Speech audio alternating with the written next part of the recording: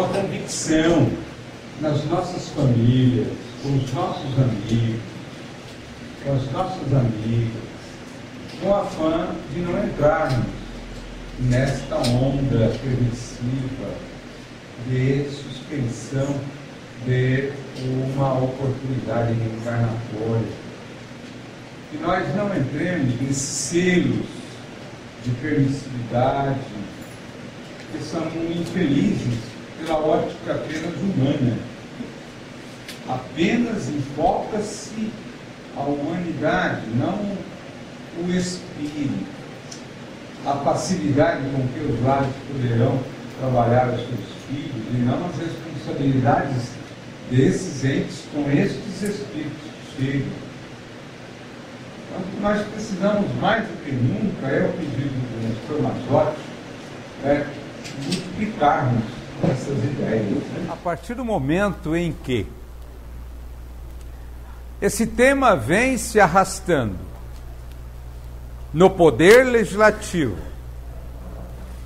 casa na qual ele tem, ou deveria ter, uma discussão propícia para que nós pudéssemos arregimentar toda a comunidade brasileira no sentido de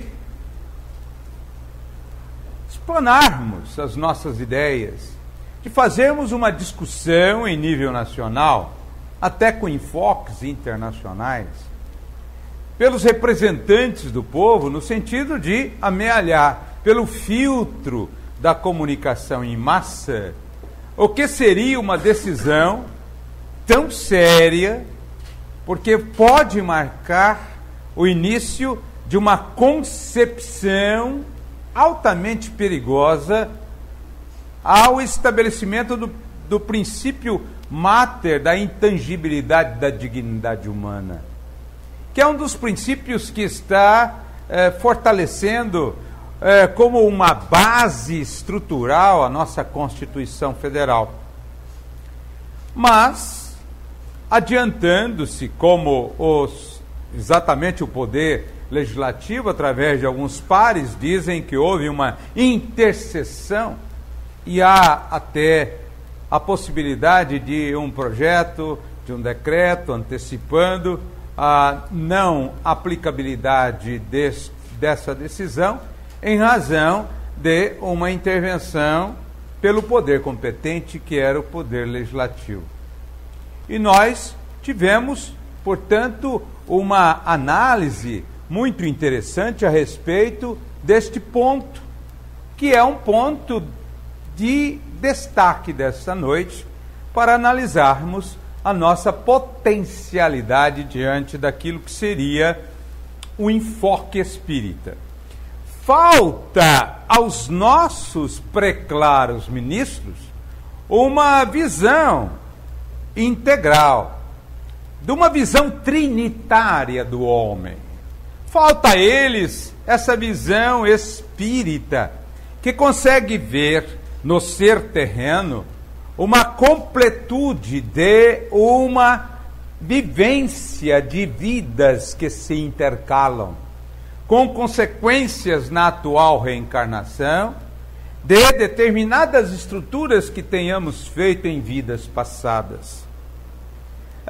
Como alguns ministros, como o nosso querido Melo, que diz que não se pode ter esta decisão dentro daquilo que seria a visão religiosa, mas atendendo às dores humanas. Dirceu Melo tem esta posição. E nós sabemos e temos que compreender que os ministros não têm a visão enfocada em uma completude de uma personalidade que se protrai no tempo. E tem o processo da retração ao passado, no sentido de buscar a razão dos problemas de agora. O problema, porém, requer uma indumentária explicativa que a ciência nos esposa uma visão maravilhosa a respeito da vida. E nós temos este espermatozoide que venceu uma corrida de milhões.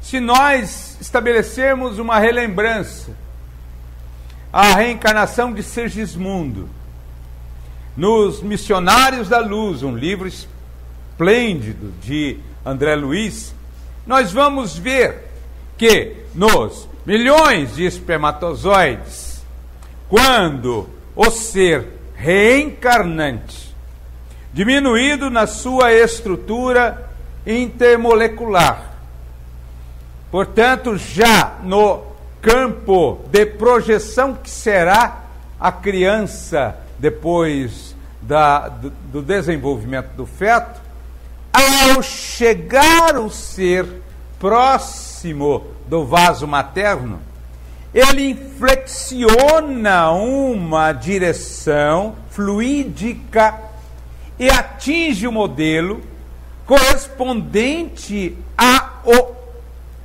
que seria o espermatozoide que tem todo o código da sua vida, que foi escolhido pelos missionários benditos da luz, no sentido de ali estar uma programação reencarnatória.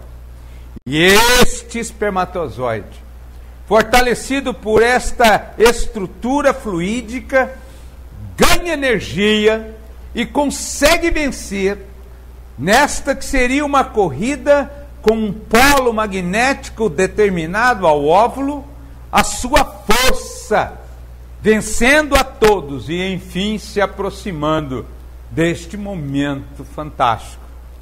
A partir desta conclusão, nós podemos dizer que a primeira fundamentação da defesa da vida, em qualquer circunstâncias através da qual ela se manifeste, nós precisamos colocar que o primeiro passo nessa busca é a descoberta do verdadeiro significado do zigoto à luz das ciências da vida. É importante considerar que a partir deste momento, quando ele penetra no solo, na estrutura sagrada do útero, nós vamos iniciar um processo do embrião com os organismos humanos vivos, nos quais já estão fixadas todas as bases do indivíduo adulto. A partir da entrada do espermatozoide neste casulo, ele é nimbado e nenhum outro entra, e a partir daí se processa a multiplicação das células pela cisciparidade. E nós vamos ver uma coisa extraordinária, que é o embrião. Tuba uterina conduz o zigoto em direção ao útero. Primeira civagem, o zigoto maior se divide em duas células, 2, 4, 8, 16. E assim nós vamos encontrar, nesta aproximação bendita com as leis naturais, a projeção do ser naquilo que está na sua programação detalhada. Estruturas microscópicas, semelhantes a pelos, presentes na mucosa da tuba uterina, que movimentam o zigoto pela tuba. Células globosas secretam o fluido que preenche a tuba uterina, e nós vamos ter nesse habitat a vida esplendidamente protegida pelas leis benditas marcadas pelo Criador da nossa vida. E é interessante considerar uma situação que os nossos queridos e estimados ministros deveriam conhecer. Não é possível interromper qualquer ponto de contínuo. Zigoto é o mesmo que feto, é o mesmo que criança, é o mesmo que adulto, é o mesmo que velho, Porque quando há uma interrupção em qualquer momento dessas fases, nós vamos encontrar danos irreversíveis ao bem maior, que é a própria vida. A partir deste momento, e é importante considerar, a partir deste momento, quando nimbar, portanto, o nosso campo receptor tão belo, que é o óvulo, liga-se um espírito a esta célula ovo, e este espírito comanda a partir daí todas as suas estruturações de realidade, de lei de causa e efeito, na programação feita cientificamente pelos administradores da vida no mundo maior. A consideração de que aqui jaz um espírito é que faz a preocupação desta interrupção da gravidez. É interessante o termo, a interrupção da gravidez. E o que significa isso para o Código Penal? É que no Código Penal há 3 comandos, chamados comandos deônticos. A bem da verdade, são comandos que determinam qualquer estabelecimento normativo. O modal deôntico da permissão, em uma norma, você pode encontrar a permissão. Vou dar um exemplo para que os nossos companheiros possam compreender. No Código Civil fala-se sobre o casamento. Eu gostaria de saber, você é casado? Mas o Código Civil dá um comando deôntico para você na permissão de você se casar. É uma permissão. Mas tem o comando deôntico da obrigatoriedade ou da obrigação. Se você escolher a permissão, que é casar-se, você se obriga a apresentar documentos, ter idade, não pode casar com a consorte que tenha menos de 14 anos, porque tem um campo de documentação. Mas tem um comando também da proibição. Eu, por exemplo, durante esta análise sobre o casamento do Código Civil, eu tenho um comando que é o modal deôntico da proibição. Eu não posso me casar. Eu não posso me casar na condição em que eu estou agora, porque eu já sou casado. Senão eu vou fazer um crime de bigamia. Portanto, se eu não obedecer o comando deôntico da proibição, eu terei uma sanção capitulada no Código Penal e deverei sofrer as sanções de um crime chamado de bigamia.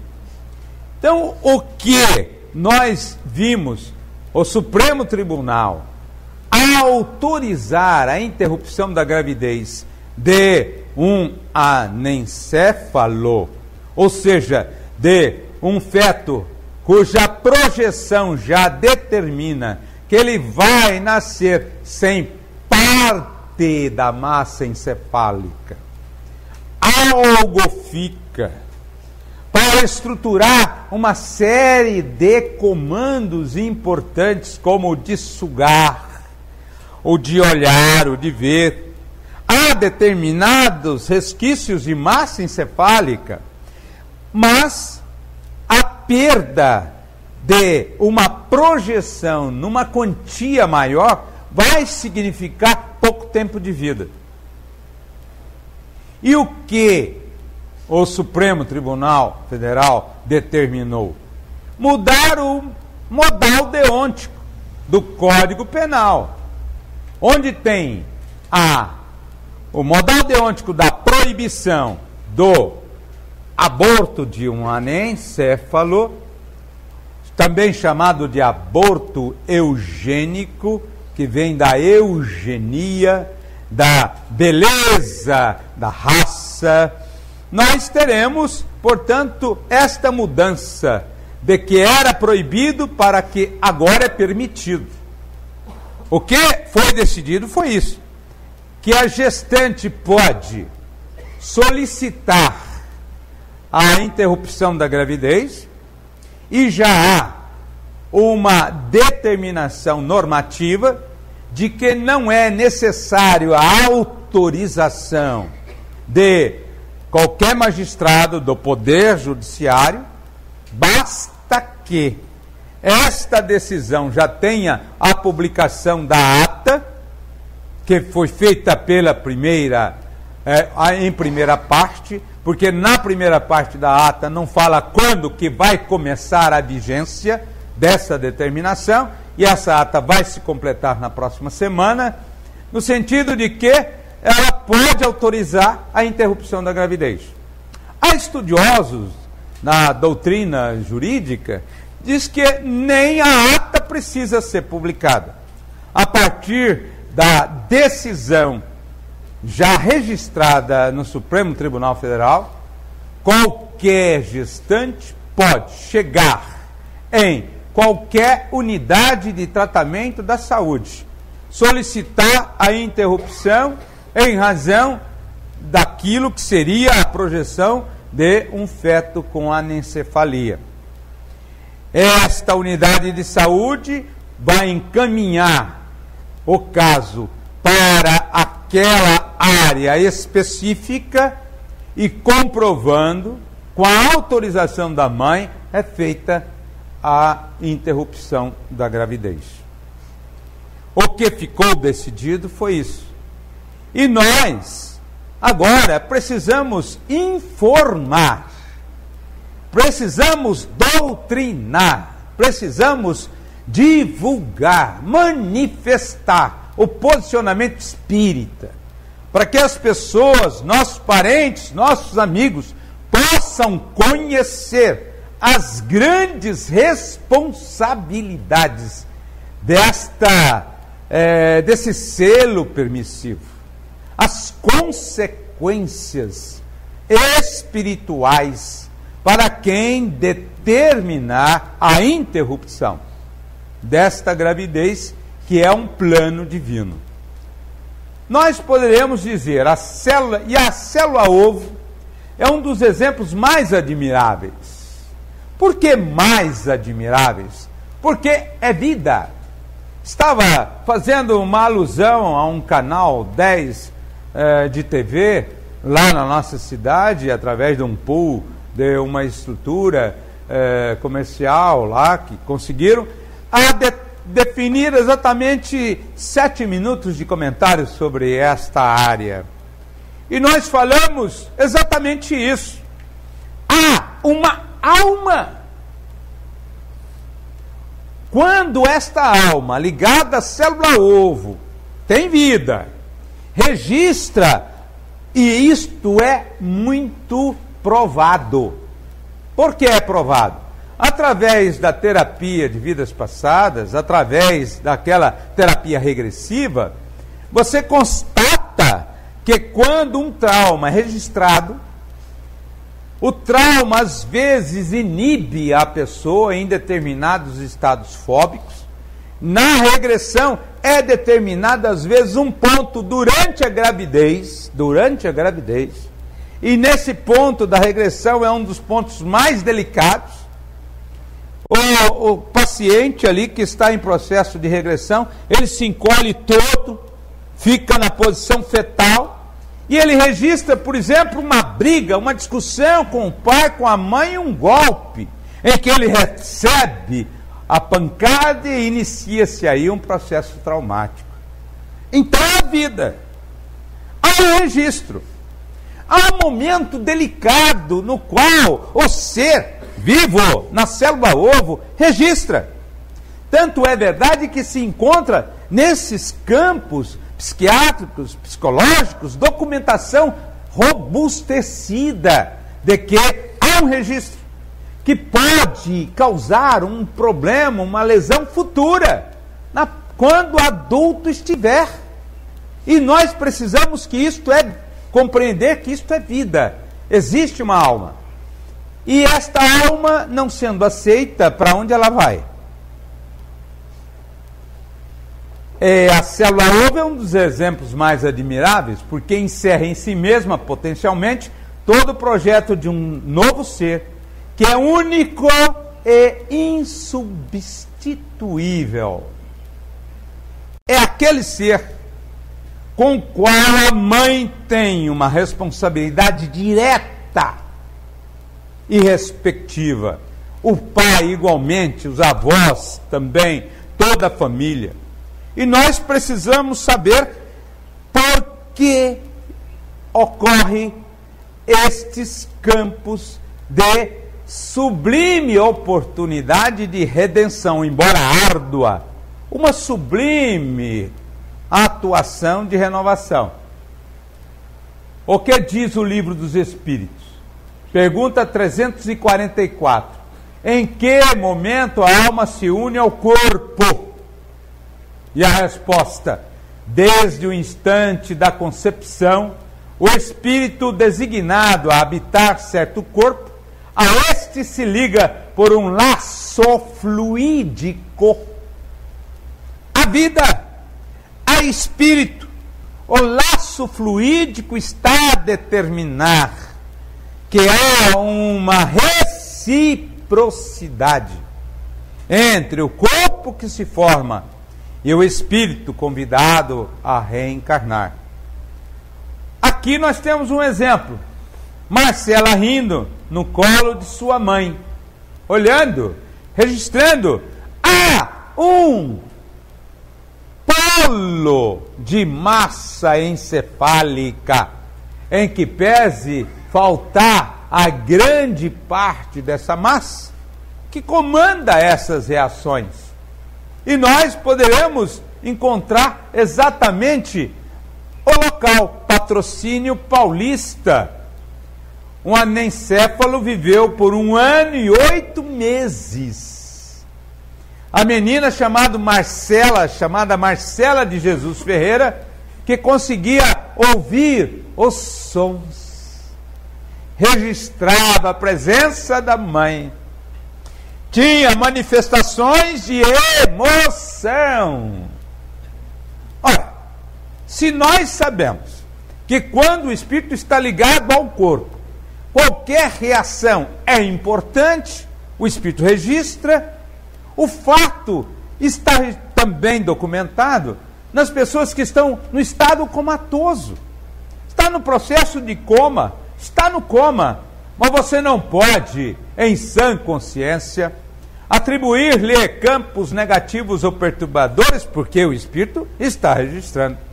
Eu tenho um caso cômico, se não fosse sério, de uma certa cidade, na qual um grande amigo, médico anestesista, grande amigo, me confidenciou certa feita o profundo constrangimento que teve.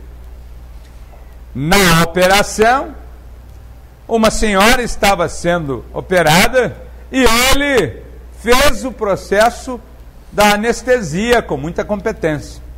Estava ali a assistir e dizia: mas quanta banha! Meu Deus! Quanta banha tem essa mulher!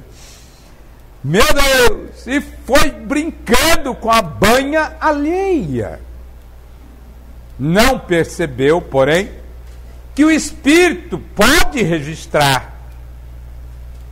Em determinado momento ele vai visitar a senhora, e a senhora estava com zanga pura, carantonha, receptiva, e ele chegou brincando com ela. A operação foi um sucesso. Doutor, a operação foi um sucesso, mas a sua performance foi altamente desprezível. Como o senhor fala das minhas banhas? Por acaso o senhor não as tem também? E ele registrou o espírito. Você registra, não há nem céfalo. Ah, mas falta massa, não entende? Entende sim. E eu daria uma opinião. Mesmo que você tenha muito interesse na herança, não fale nada do seu interesse a quem está no coma, porque ele pode voltar justamente para não dividir com você. Porque o ser existe, o espírito está ligado ao corpo pelo laço. E ele registra um outro exemplo. Estava minha mãe num processo muito dolorido, de dor intensa por causa do Alzheimer, já estava completamente ausente. Fui cumprimentar Divaldo em Jales, ele pegou em minha mão e disse, preocupado, falei sim. A mamãe, falei sim. Pois bem, você deve toda vez que chegar ao lado dela, fazer a súmula das suas palestras. E ele percebeu que eu estava atento, porque ela está do lado e ela sabe tudo o que está acontecendo. E como faz tempo que ela vai no centro, ela é zeladora da Associação Espírita Allan Kardec em São José do Rio Preto, é bom que você faça o resumo das suas palestras, porque ela está com muita saudade de assistir palestras. Não poderia registrar a presença, mas o ser está ali. Nesse caso, eis o momento dela fazendo um ano de idade, com toda a alegria e o festim de uma criança que recebe a receptividade e o carinho. Um outro caso muito interessante a considerar em Sobradinho. A criança Manuela Teixeira, que sobreviveu 3 anos. 3 anos. Ao amamentá-la, vibrava a mãe Gonçala. Sei que ela me reconhece. Sei que ouve a minha voz.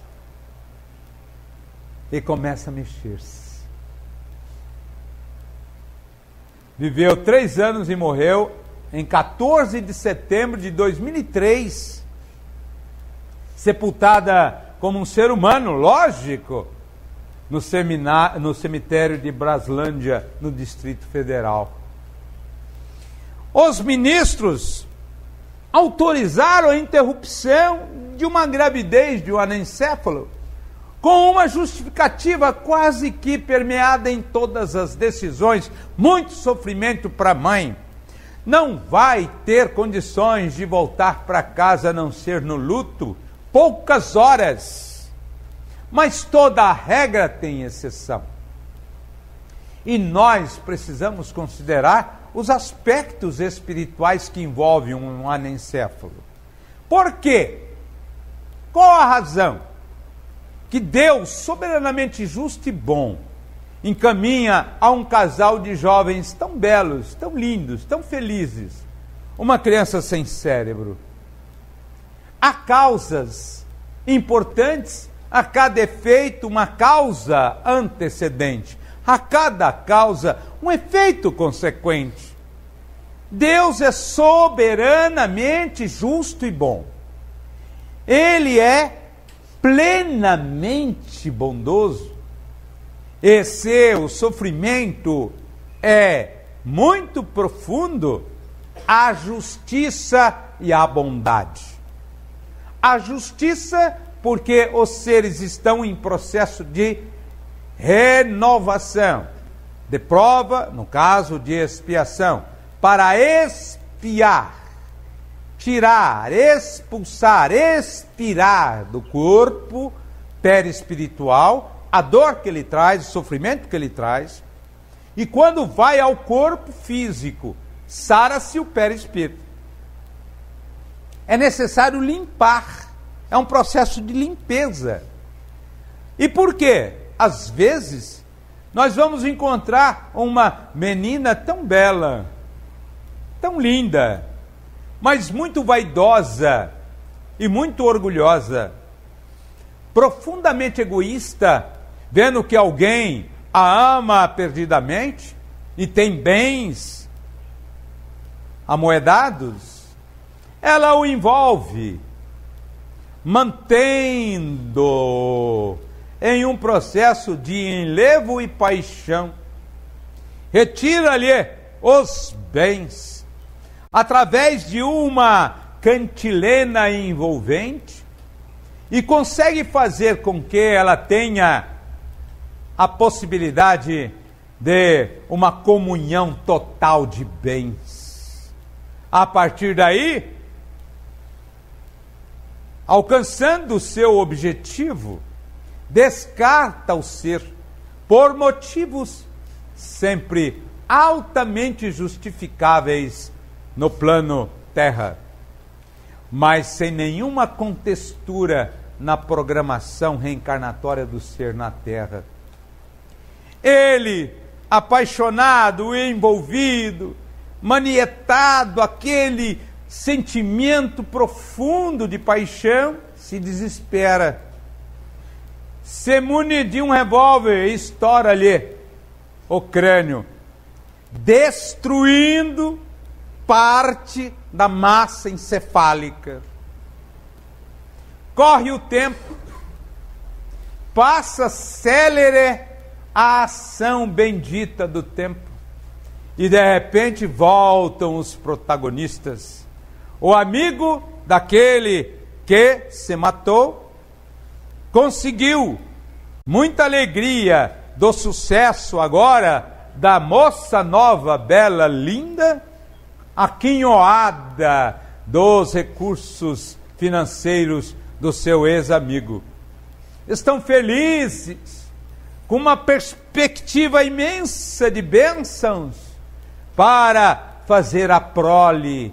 E eis que Deus, na sua grandeza infinita, no seu amor incondicional aos seus filhos, destaca a divina ensancha de que estes seres precisam, portanto, receber aquele para reconstruir-lhe a estrutura genésica, dando-lhe oportunidade para, quem sabe, daqui a algum tempo vir com saúde. E recebe quem? Aquele mesmo que eles projetaram na cena e na vala do desespero e da dor. É para considerar esses aspectos que nós precisamos sempre compreender que qualquer que seja a dor, ela tem o destinatário certo, ela tem o endereçamento correto, para que nós possamos nos liberar das culpas que trazemos no ímã do ser. E como a dor vem chegando, muitos se desesperam diante da fuga dos deveres, não aceitando a oportunidade feliz de se iluminarem, e novamente, infelizmente, caem com o selo da permissão de um Supremo Tribunal, cujos ministros, os 8, serão responsabilizados perante a consciência cósmica de todos os casos que possivelmente venham a acontecer, além de determinadas projeções que já foram documentadas e vistas, quando o ministro Marco Aurélio, que também na sua defesa disse que o Supremo Tribunal Federal não poderia jamais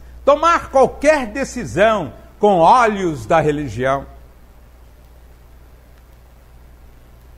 Como se a religião fosse apartada da cultura brasileira, dos usos e costumes brasileiros, como se a religião não desse fomento à estrutura ética de um povo, como se a religião não fornecesse os padrões morais para que um povo se altaneie no processo da iluminação. Não se ouve a religião, como disse o nosso querido ministro Marco Aurélio. Mas por que não se ouve a religião? Se ela também sinaliza para os freios inibitórios morais do homem a busca de uma amplidão melhor. E esse mesmo ministro Marco Aurélio, anos atrás, concedeu, no mandado de segurança, uma liminar para que uma mulher fizesse o aborto. Pois bem, criou um caso, abriu uma faceta jurisprudencial. E a notícia é que, no Rio de Janeiro, vários abortos foram realizados com a estampa fictícia e infeliz, hedionda e negativa de aborto anencefalo ou anencefálico, mas que no fundo visava os interesses da fuga dos compromissos matrimoniais. É uma abertura que se faz perigosa, até porque os doutrinadores da ética dizem que é como se houvesse uma permissão inicial para uma porta escura e sombria, através da qual poderá romper com toda a nossa estruturação de equilíbrio religioso, moral e ético. E nós vamos lembrar que os antigos descartavam os filhos nascidos com defeito. Na China, se descarta também aqueles filhos que nascem com dificuldades físicas ou mentais. E nós, que somos o exemplo de um país que modela com muita profundidade o aspecto da moralidade e da ética, que é o anfitrião número 1 do mundo, damos uma abertura infeliz às ondas nefandas do mal e da inferioridade. Dentro desse quadro, nós poderíamos dizer: a vida, a vida. Continua a vida, continua a vida. Mamãe, já se passaram 2 meses e meio. Estou muito feliz com as minhas novas mãos e tenho vontade de usá-las para brincar. Vai ser mais ou menos o período no qual se conceberá a oportunidade de retirar a criança do casulo, ao diagnosticar que o cérebro tem uma fragilidade. Mas nessa área não tem a instrumentalização do corpo, mas tem a vivenciação do espírito, que a tudo vê e a tudo registra. Tanto é verdade que, como já disse, nas terapias regressivas, há registro direto, profundamente direto, do que ocorre durante a gravidez nas repercussões traumáticas do ser que eclodem quando já estão na fase adulta.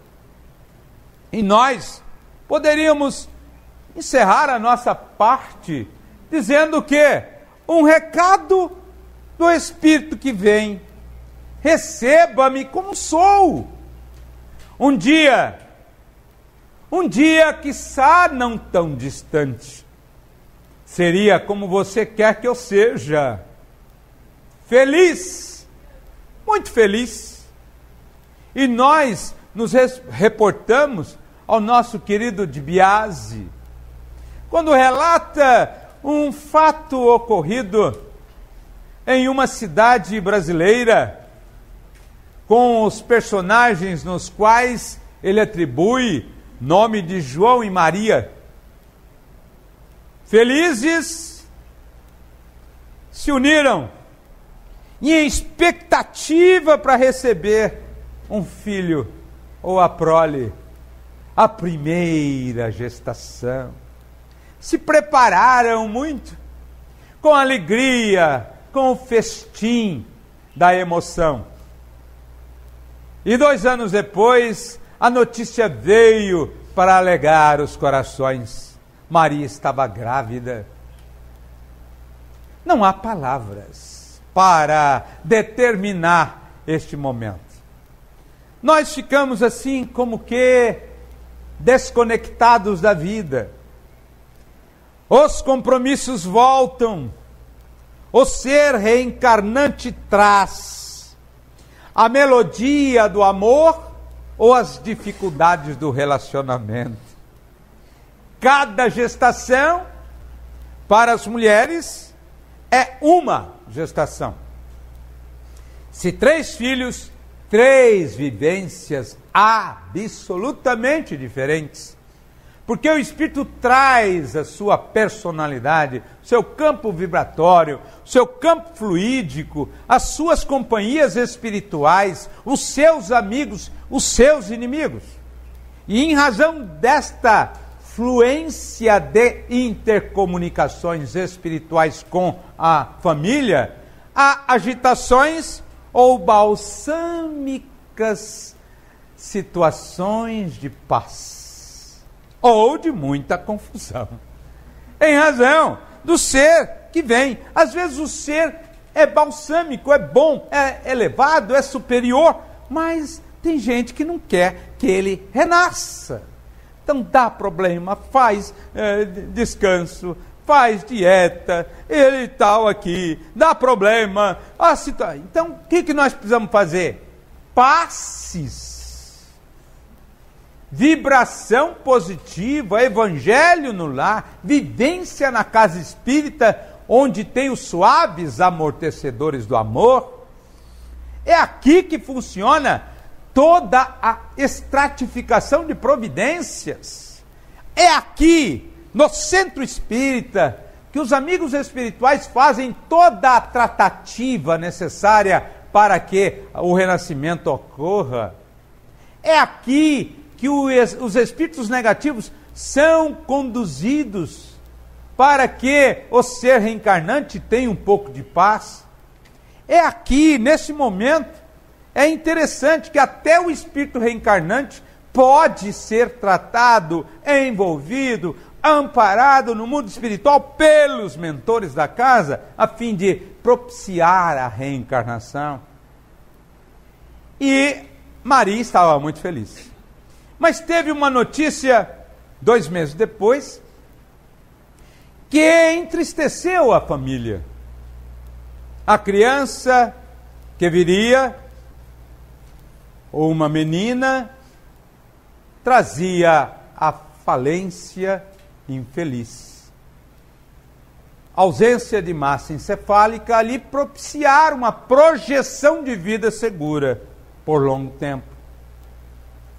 Mas, embora com o coração enfraquecido pela dor, procuraram a casa espírita. Receberam esses campos de suaves amortecedores, orientação, evangelho no lar. E nós vamos encontrar no evangelho no lar toda a terapia necessária para a solução de qualquer problema. E há aquela orientação de que o evangelho no lar deve ser feito uma vez por semana. Mas quando a coisa aperta, a gente faz uma vez por dia. E se apertar muito, faz uma vez, 2 vezes por dia ou 3 vezes por dia. Para fazer este campo de repercussão espiritual positiva. E aí se deu a aproximação do bem e da luz para o casal. E envolvidos na perspectiva de um nascimento frutuoso e belo, fizeram o evangelho no lar, passes magnetizados, conversas contínuas com o ser reencarnante, balsâmicas, renovadoras, receptivas, ouvindo a voz da mamãe, ouvindo a voz do papai. Nós te amamos, ser querido, nossa Cirlei, aí puseram o nome, né? Fictício também pelo DiBiase. Cirlei, querida filhinha do nosso coração, você é bem recebida, você é a nossa rainha, é a nossa princesa, um dia será rainha, venha querida, venha trazer as alegrias para o nosso lar. E o espírito envolvido, amparado, socorrido, veio a lume algumas horas e partiu para o mundo espiritual. O embate foi muito grande, mas é necessário, quando você estiver num embate muito grande, no sofrimento muito grande, venha para a casa espírita e peça trabalho, estude, renove-se, porque é aqui que se renova. Quando você vem enfraquecido, cansado. Quando você sai mais encorajado, mais fortalecido, pelo apoio que a espiritualidade propicia em técnicas terapêuticas jamais compreendidas por todos nós, porque são muito profundas, porque estão no agasalho do espírito, não estão na periferia carnal, estão lá na psicologia profunda do ser reencarnado, não está no pensamento humano, que é fragilizado. E nesse momento, passaram 2 anos, e eles estavam na vinha bendita do trabalho no bem, num trabalho mediúnico, quando deu comunicação em espírito. A vidente olhou, em desprendimento talvez, ou vidente, olhou e viu uma criança linda, uma menina de cabelos loiros, encaracolados, olhos claros. Então, ela disse ao presidente da reunião: há um comunicante, é um espírito de criança. E o doutrinador começou a conversar com a criança.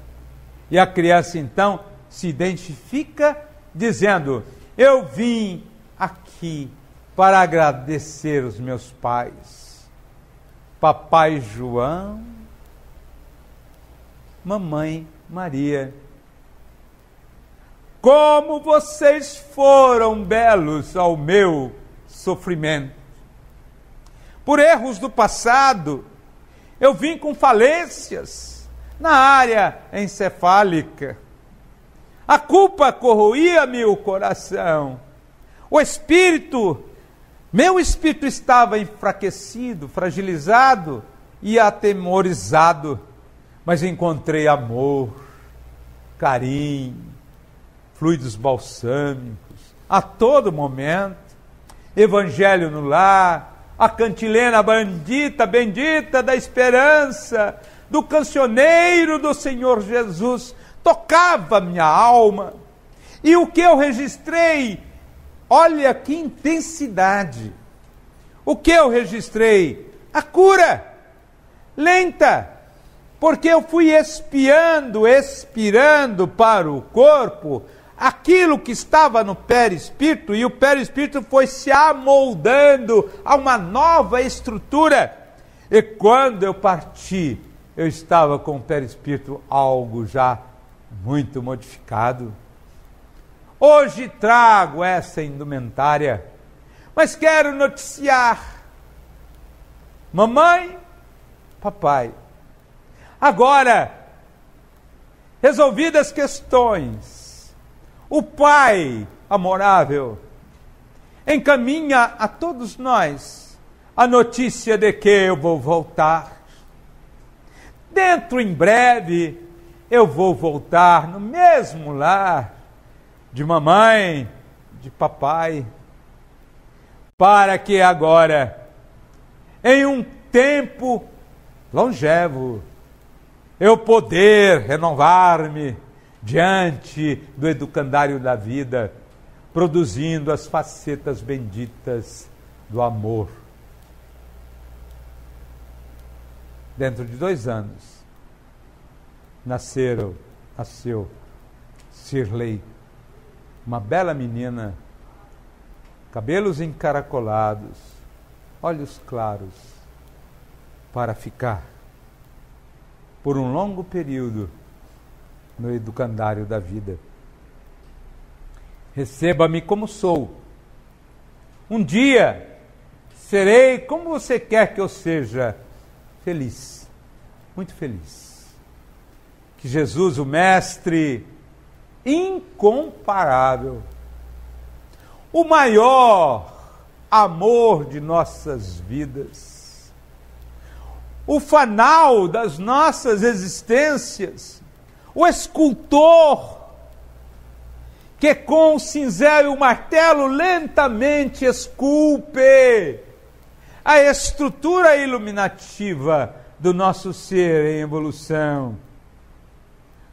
O que trazia os cabelos a Nazarena, aos ombros, olhar cor de amêndoa madura, manto alvinitente, túnica bem alva, que ele possa trazer nos dias da terra em transição, ainda envolvida por esses bolsões de ignorância do ser integral e do ser espiritual pleno. Paz, alegria de viver e muita esperança em marcarmos-nos no bem a senda da felicidade. Que Ele, o arauto, o nauta divino de nossas vidas, nos traga luz e paz, hoje e sempre. Que assim seja. Obrigado. Obrigado. Se alguém quiser fazer alguma pergunta, alguma dúvida, Vamos aí. responder. Se Alguém quer perguntar alguma coisa sobre o tema? Se não for sobre o tema, vários outros companheiros estão aqui para responder. ficou muito bem explicado. Só eu queria saber, o senhor sabe o nome dos dois juízes que votou a favor? O Lewandowski é um. O Lewandowski, eu não tenho outro, mas um deles é o Lewandowski. Não, a favor da nossa causa. Os dois. A favor da nossa causa e contra o... Os dois, porque foram 8, né, que votaram. Exato. Mas o que causou no voto uma significação muito grande foi o Marco Aurélio. Ele deixou bem claro que não pode haver uma decisão com conotação religiosa. É lógico que o Estado é laico e ele não pode realmente definir religiosamente uma decisão. Porém, ele se esquece que toda a estruturação basilar de uma sociedade, ela se dá também na área da religião. E que quando o juiz for considerar uma decisão, ele deve viver o ambiente em que ele está e considerar, sim, a força religiosa, a força da cultura, sem o que a norma jurídica passa a ser um direito positivo contrariando o direito natural. Porque o direito natural é aquele direito que está dentro de nós. Aquela consciência do certo. Onde Deus escreveu a sua presença? Na consciência. Ora, se na consciência Deus escreveu a sua presença, há de considerar que todas as estruturas levam ao direito natural. Uma lei, quando ofende o direito natural, é uma lei natimorta realmente. Ela não vai viger. Não vai vigir. Ela vai se perder, porque falta o tônus da incidência ética. Isso precisamos saber. Não sei se alguém já ouviu aquela peça Antígone. Antígone era uma senhora muito potencializada, e o Sófocles, que escreveu essa peça, como grego, naquele teatro grego, que ele retrata exatamente isso. No caso aí, Antígone tinha um irmão chamado Polínices, e Polínices contrariava por uma reação política ao rei de Tebas, Creonte. E ao ser reacionário, Creonte determina por um decreto publicado, lido para toda a gente, que decretaria a morte de Polínices. E a morte foi feita. Até aí tudo bem. Só que ele decretou também que ele não poderia ser sepultado. E as crenças da época, a tradição, os costumes, davam um valor muito grande à inumação, ou seja, ao enterramento das pessoas. Por quê? Porque eles se transformavam em deuses para o lar. Tanto que eles eram inumados perto do lar. E quando tinha alguma festiva, eles levavam a festiva, parte da festiva, alimentos para os seus antepassados, aqueles que estavam ali como deuses. E ao determinar que ele ficaria insepulto na praça pública, ele ofende o rei de Tebas profundamente os costumes. Antígone veio de madrugada com várias gentes, com vários baldes de terra, e faz a inumação, monte de terra, para contrariar o rei de Tebas, Creonte. E Creonte, muito indignado, então, decreta a morte de Antígone. E Antígone, antes de morrer, diz: mas que lei é esta? Lei espúria, lei iníqua, lei que contraria Zeus.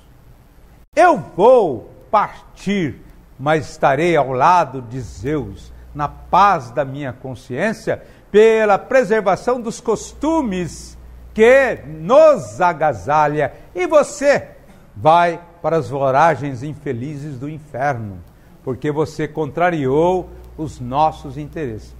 O que o nosso querido Marco Aurélio deveria considerar é exatamente a lição da incidência ética. Sem o respaldo da sociedade, não poderia ter a decisão, porque foge daquilo que seria o Brasil, um país essencialmente religioso. Por isso que a decisão não poderia ser nesse foro. A decisão deveria ser no poder legislativo, que tem os nossos representantes, os legisladores, ouvindo as bases para se definir aos seus votos, para não contrariar os interesses, pelo processo da representação democrática, que é o ponto maior da nossa Constituição e da nossa gente. Somos essencialmente democráticos. Então, dentro desse quadro, os ministros não poderiam tomar uma decisão. Eles vivem inteiramente isolados da sociedade. Eles estão em um mundo completamente fechado pela convivência que eles têm com uma estirpe completamente distante da realidade brasileira. Por isso que deveria ser pelos pares que nos representam. Só rapidinho, a gente teve um momento, um dia atrás, eu gostaria só que o senhor falasse alguma coisinha sobre a criança deficiente que engravida. A criança deficiente que engravida, é lógico que aí está os painéis motivadores do mundo espiritual. É deficiente e há uma projeção num elo que impulsiona almas afins, como que aquelas projeções elásticas de um para com o outro, patrocinados às vezes por gamas de entidades inferiores, num processo altamente tortuoso para o reencarnante. E como que nós faríamos essa projeção no passado? Como que nós faríamos essa projeção do ser que reencarna com uma mãe deficiente e um celerado qualquer?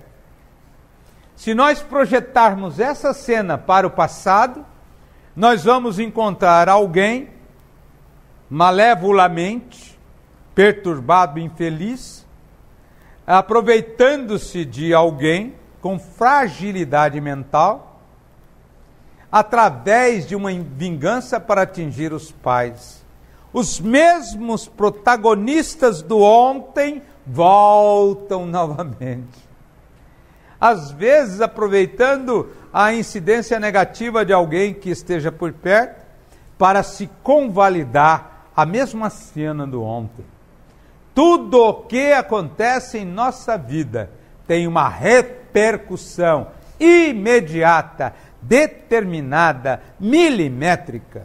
Para quem quiser ver essa estrutura milimétrica daquele ser que reencarna, fugindo um pouco da pergunta, leiam Nossos Filhos São Espíritos, do Hermínio Corrêa de Miranda, quando num caso assim de uma criança que nasceu com muita deficiência na área mental, era nada mais, nada menos do que aquele que se atirou pelos protagonistas, pai, mãe e avô, de agora, em um penhasco.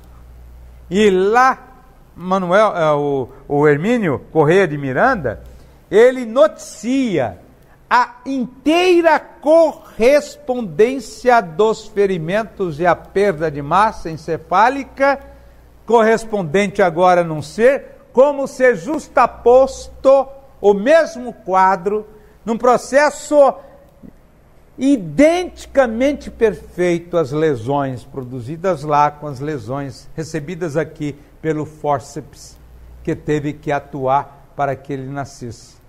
E as lesões são inteiramente iguais. Então, o que nós precisamos sempre observar exatamente são os meandros da vida passada. O Código Penal, por exemplo, autoriza, com a apreciação do Poder Judiciário, que uma mulher que tenha sido estuprada possa, uma permissão recebida no Poder Judiciário, impedir, portanto, essa gravidez, né? Produzindo um aborto em razão do mal que ela está sofrendo. Muito bem. Mas quem é o estuprador e quem é estuprado e quem é o reencarnante?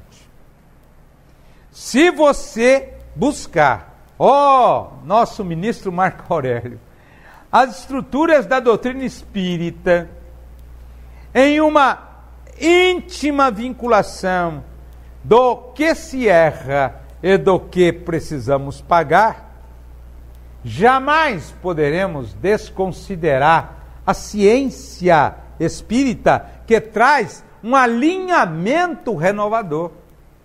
Esse alinhamento renovador nada mais é do que a justiça, para dar permissão aos agentes do erro do ontem, a liberação da culpa do passado, para a esplêndida oportunidade de se refazer, buscando os campos altamente belos da renovação espiritual, moral e intelectual.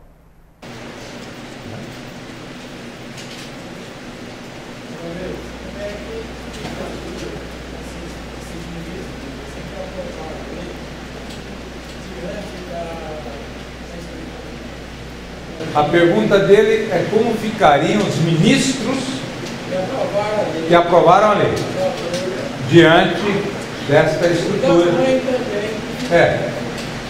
As mães serão diretamente responsabilizadas, porque elas só estão retardando o sofrimento. Você não pode usar o livre-arbítrio. Ele não é um condão maravilhoso? Então, pelo livre-arbítrio, eu não quero agora esse sofrimento. Olha, eu estou desprogramando uma coisa que eu usei no livre-arbítrio lá no mundo espiritual, a divina oportunidade de refazer-me. Mas eu estou usando o livre-arbítrio agora para não aceitar aquele livre-arbítrio que eu produzi lá no mundo espiritual. Eu estou só retardando. Então, no caso da mãe, ela retarda o sofrimento. E o sofrimento retardado vem com juros e correções monetárias. Então, vou explicar. Você não suporta o marido que está bebendo e que lhe grita de toda hora e que lhe ofende verbalmente. Você não aceita, não suporta. E você procura a Maria da Penha Falou: olha, como você já me ameaçou, agora você sai daqui, tira os seus bens, e se tiver 100 metros perto de mim, você vai preso. E separo-me de você. Mas quem é esse agressor? Quem é esse agressor? Se nós jogarmos o tempo do passado, nós vamos ver a situação inversa. Via de regra, é a oportunidade de você compreender, envolver com seu exemplo, renovar o ser, retificá-lo, reestruturá-lo, tá? Reconquistá-lo. Não é? Por isso que a reconquista é difícil. Então, para a mãe, só retalho. Para os juízes, na decisão que eles tomaram, não pensem vocês, ou os senhores, os companheiros presentes, que eles não receberam muita instância positiva no bem durante o sono. Não descartem esta possibilidade.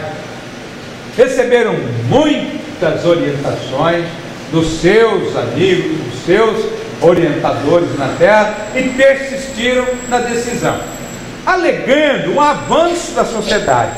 Eu só gostaria de saber como é que eles conseguem detectar os avanços da sociedade. É que o povo feminista, o povo que tem a utilização contínua da claquete, da manutenção das suas ideias, é muito mascularizado. E o povo bom, trabalhador, cumpridor dos seus deveres, não está muito aqui para manifestar as suas ideias, que é o povo brasileiro. Então é um grupinho pequenino com sandália, com tamanco, fazendo uma barulheira infernal. E eles têm isso como um avanço. Mas a grande gama de conhecimento humano não projeta suas ideias, porque andam de sandálias, ainda de borracha, que não fazem barulho algum. Então, esse tido como avanço, é um avanço de quem tem condições de movimentar a mídia, os segmentos, os blogs, a internet, as instâncias. Mas pode ver que é uma minoria. O povo mesmo nem trabalhar com internet trabalha direito, nem com os meios eletrônicos. Há determinados companheiros, professores, inclusive, que não conseguem acompanhar isso e já estão perdendo aula, porque não conseguem, sabem muito, mas não conseguem se adaptar a essas realidades. Passar falta, passar nota, passar tudo, tem que saber. Mas entrei no conflito. Ou você aprende ou vai para a idade da pedra. E quantos que não têm acesso à estrutura informal? Por isso que o avanço é fugidio, e eles serão responsabilizados. Por quê? Cada caso, pela indução produzida, parte na percentagem dessa indução, a conta vem para eles. Passarão reencarnações divulgando a necessidade de natalidade, dos fetos protegidos, 1, 2, 3 encarnações, 4, 5, 10 promotores de grandes eventos que são muito cultos, produzindo a defesa do ser humano, da dignidade humana, a fim de limpar-se completamente do processo da culpa. É o destino deles, porque ninguém fica impune diante das estruturas cósmicas do amor e do bem. Todos somos responsáveis. As nossas encarnações dolorosas já provam isso. Como sofremos para aprender e ainda não aprendemos, estamos escorregando e errando até agora. Mas já não fazemos tantas atrocidades.